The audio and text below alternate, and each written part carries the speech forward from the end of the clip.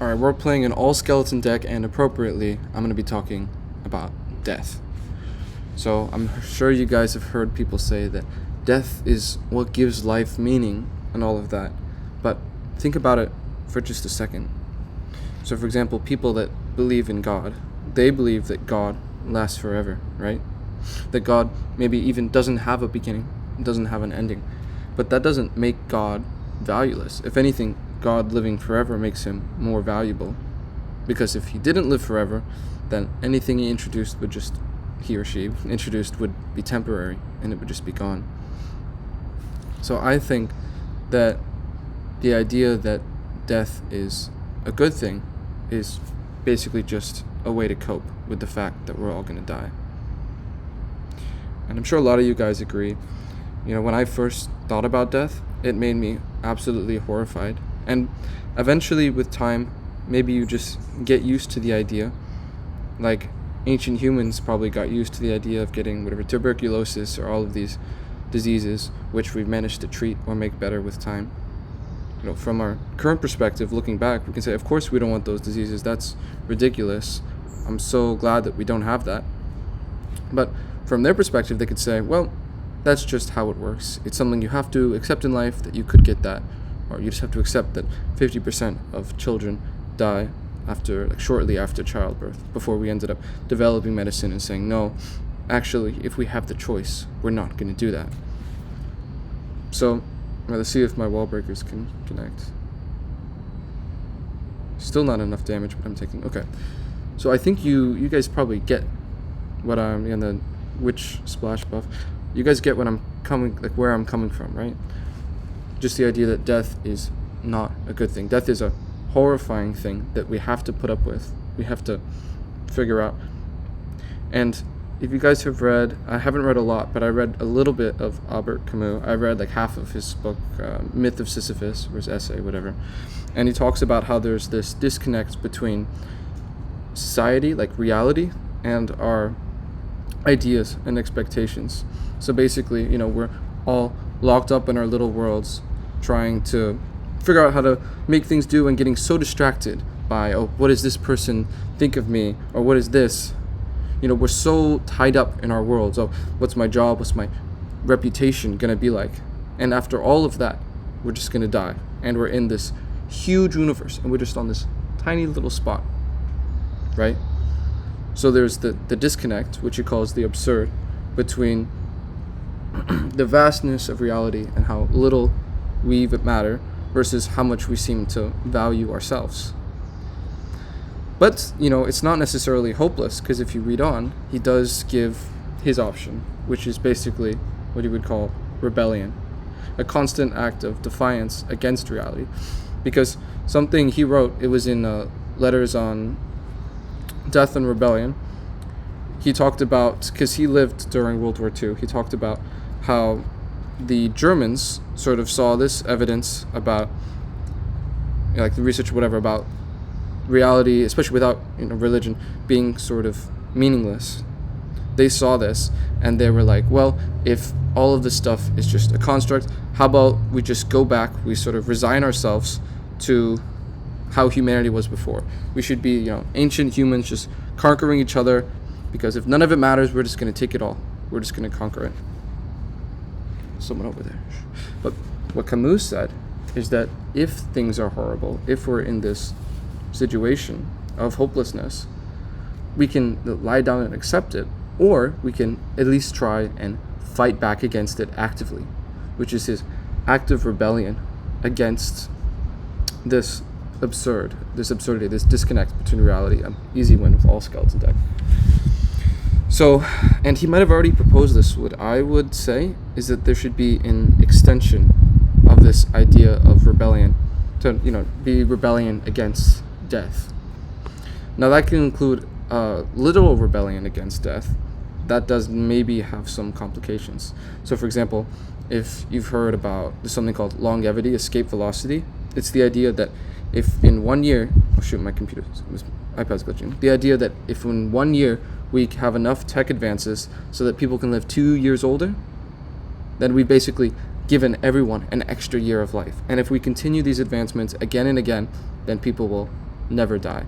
Eventually the universe is going to run out of energy, so this can't literally go forever, but that's the idea. So an active sort of rebellion could be funding these organizations that work on longevity research, whatever, reducing biological aging. But the problem with that a lot of people have mentioned is that who will actually get these benefits? If it's these big firms, billionaires that are investing, and it is really billionaires that want to live longer that are investing in these longevity companies, then most likely the people that will actually benefit when these advancements come out are just the rich people, the billionaires themselves.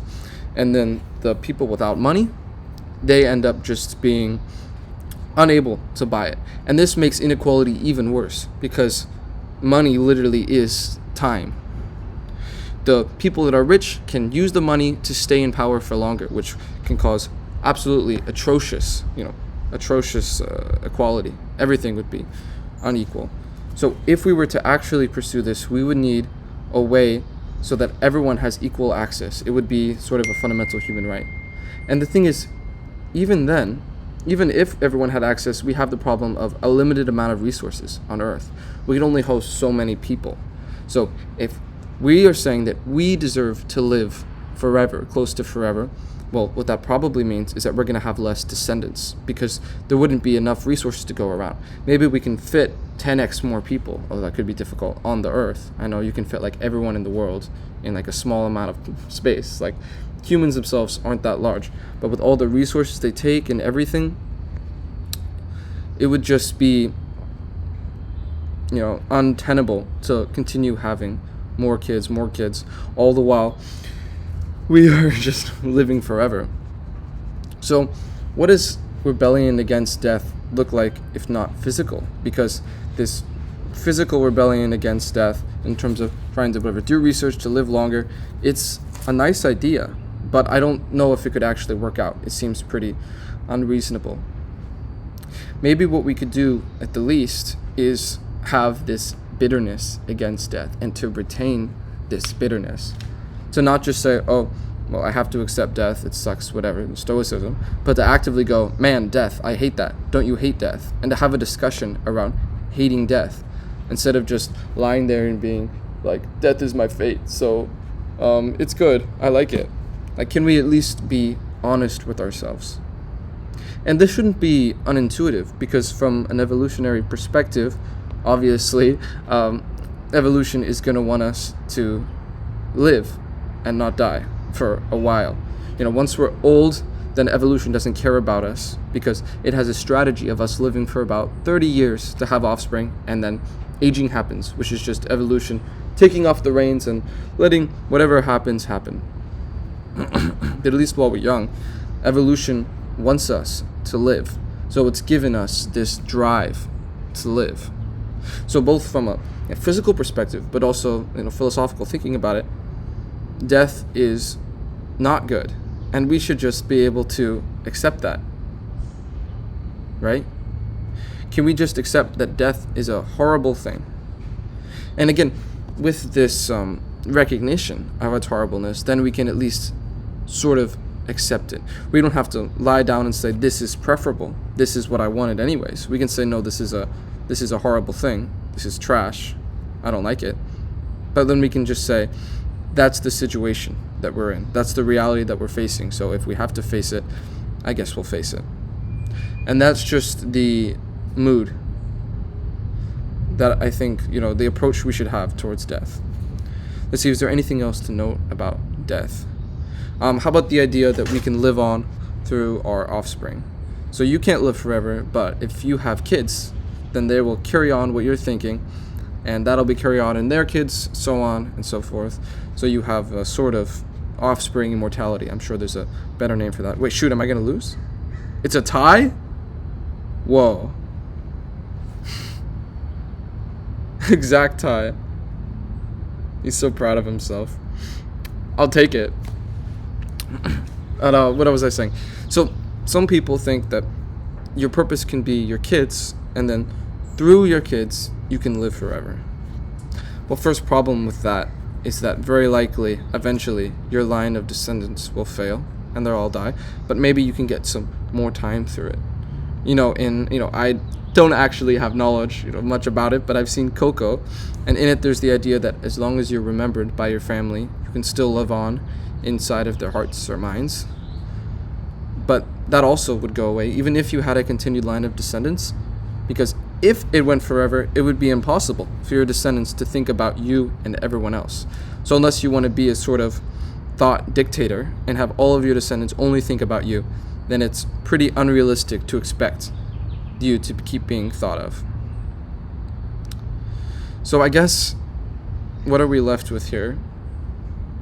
We're left with recognition that death is horrible. Also, we're facing that we have to accept it because it is a reality that we're facing. We probably can't get out of it because we can't live forever, as far as we know. And if we lived close to forever, even then, very likely it wouldn't be us. It would just be rich people doing that. Though maybe we shouldn't give up the idea. There is this culture of accepting and celebrating death. And something else is you talk to an old person and you ask, like, what do you think about death? And they might say, at this point, I think I'm okay with dying.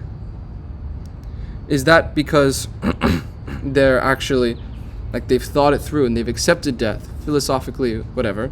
Or is it because they're in so much pain in their situation with their broken bones and their aging skin that they would rather not live than continue to feel it? A better question to ask them is not, are you ready to die? But would you rather die or become young again? And I'm guessing that a lot of them would say they would rather be young again. So I guess something else is, why is it important? Why would it actually be important to sort of realize that death is horrible and then accept it? Because that gets you to the same point as celebrating death. And I don't really have a good answer for this. So if you want to just celebrate death and believe that it's something good, then I guess you're getting to the same spot, maybe more effectively than how I propose you get there. It just feels wrong to me to be lying to yourself in that way, Okay, after we finish this game, I might be done. And now you guys are all going to click off, so stay on. I'm going to say something really crazy, and you're going to be so glad you stayed on with me.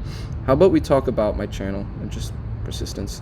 I really didn't want to make a video today. I got not a lot of sleep so that I could wake up early today and study for my test, which went pretty all right. Is it even worth sacrificing sleep, sacrificing my well-being so that I can score well on a test? I guess maybe it is if you think about the long-term effects, but I don't know. All right, I'm sure you guys have all clicked off at this point, but let me just tell you again. Death, I do not support it. If you out there, if you're deaf, I don't like you, man. You're lame. So annoying. But you're a fact. You're unstoppable. So, respect. I can't do anything about it. All right, bye. See you in the next video.